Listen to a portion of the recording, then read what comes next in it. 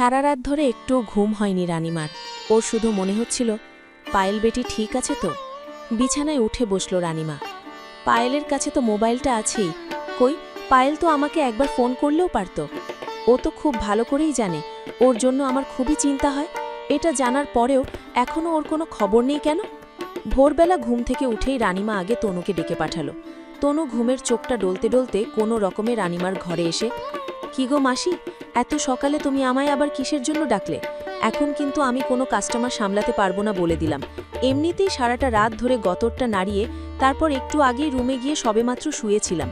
সবে আমার ঘুমের চোখটা একটু লেগেছিল কি অমনি তুমি ডেকে পাঠালে। কি হয়েছে কি তাড়াতাড়ি বলো দেখি, এখন আমার খুব ঘুম পাচ্ছে। যা বলার বলে ফেলো, আমি ঘরে গিয়ে ঘুমাবো। তনুর কথা শুনে রানিমা, এই হতচ্ছরি, তুই এত রেগে যাচ্ছিস কেন বল দেখিনি? এর আগে কি কোনোদিনও তোকে আমি বলেছি যে সকালবেলা কাস্টমার সামলাতে হবে? আর এটা কোনো ধর্মশালা আছে কি যে বাবুরা যখনই আসবে আমি তোদের দিয়ে গতর খাটিয়ে নেব? তোকে তো বলেছি এক রাতে 4টের বেশি ঘরে ঢোকাবি না, তা তুই ঢেমনি মাগিয়ে এক রাতে 4টের বেশি ওলাউটোকে ঢোকাস কেন?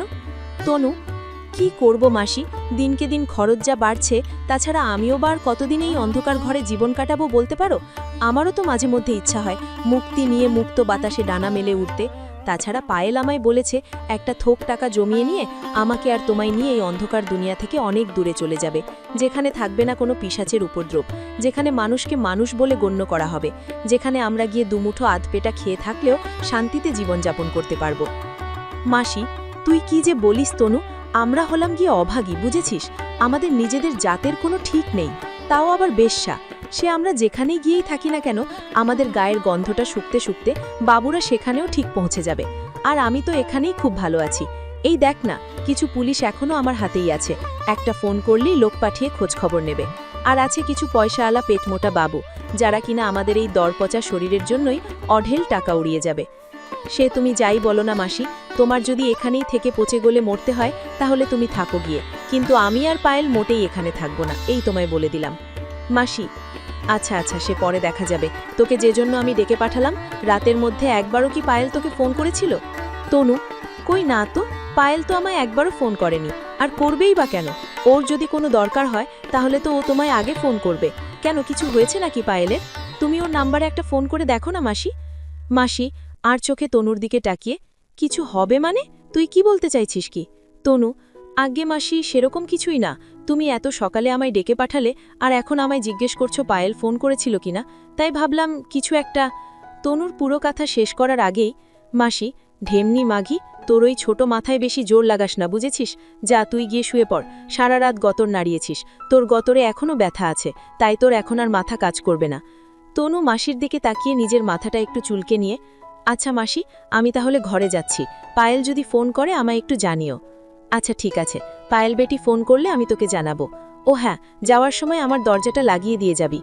আচ্ছা, বলে তনু রানিমার ঘরের দরজাটা বাইরে থেকে ভেজিয়ে দিয়ে চলে গেল। এদিকে রানিমা ভাবছে, তনু তো ঠিক কথাই বলেছে, আমার মাথায় এই বুদ্ধিটা আসেনি কেন? মোবাইলটা নিয়ে পায়েলের নাম্বারে ফোন লাগাতেই নাম্বারটা সুইচ অফ বলছে।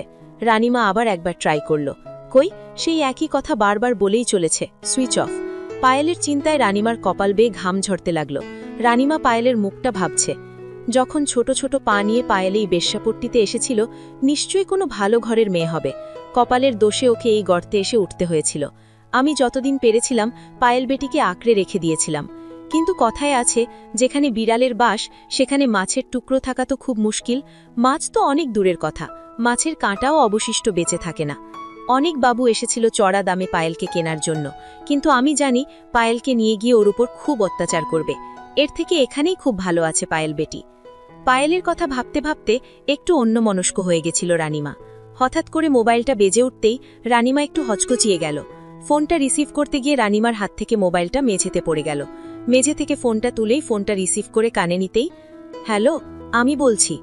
পায়েলের ঘুম ভাঙতেই চোখ খুলে দেখল বিছানায় ও একাই শুয়ে আছে, ওর গায়ের ওপর একটা চাদর দেওয়া।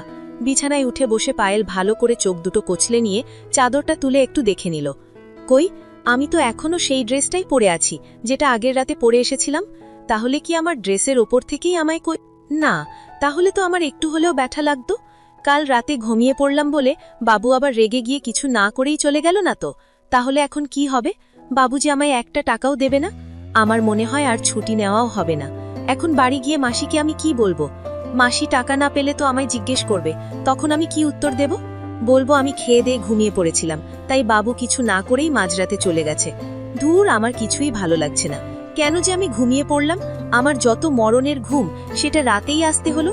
তনুকে খামোখা কত আশা, কত স্বপ্ন দেখালাম, বেচারি কত আশা নিয়ে বসে থাকবে। তনু এবার আমায় খুব গালমন্দ করবে। চাদরটা গা থেকে তুলে ভালো করে ভাঁজ করে বিছানার এক কোণে রেখে দিল পায়েল। বিছানা থেকে নেমে গুটি গুটি পায়ে বাথরুমে গেল।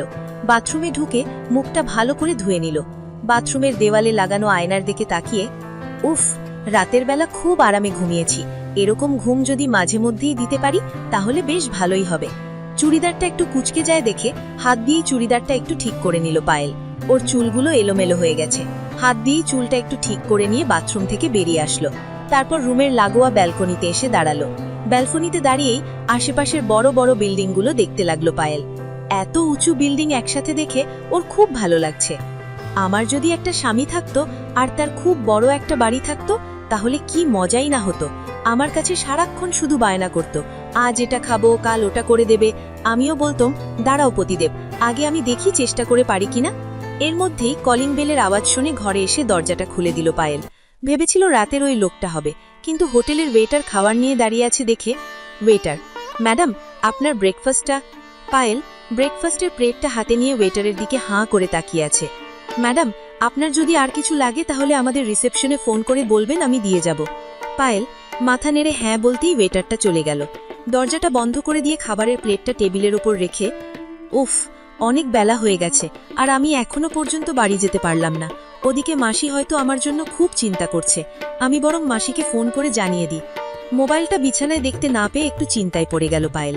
কিছুক্ষণ খোঁজার পরে বালিশের কাভারের ভেতরে মোবাইলটা দেখতে পেয়ে স্বস্তির নিঃশ্বাস নিল। পায়েল, ও দুষ্টু, তুমি এখানে লুকিয়ে আছো আর আমি তোমায় কোথায় কোথায় খুঁজে মারাচ্ছি। রোজ তো অসময় যখন তখন বেজে ওঠো, আজ কেন চুপ তুমি? মোবাইলটা হাতে নিয়েই দেখলো একটুও চার্জ নেই। ও দুষ্টু, তাই বলি, তোমার পেটে কিছু পড়েনি বলে একেবারে চুপ হয়ে গেছো। কিন্তু এখন কি হবে? আমি তো সঙ্গে করে চার্জার আনিনি, তাহলে মোবাইলটায় চার্জ দেব কি করে?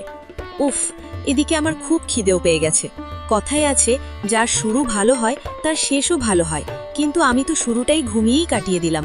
আর এখন যে কি করি? বাবু নিশ্চয়ই আমার উপর রাগ করে মাঝরাতেই আমায় ছেড়ে দিয়ে চলে গেছে। দেখেছে আমি ঘুমিয়ে পড়েছি, কিন্তু এতে তো আমার একটাও দোষ নেই।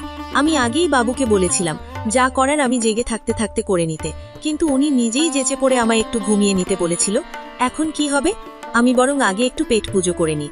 খাওয়া হয়ে গেল, এইসব ভেবে দেখব কি করা যায়।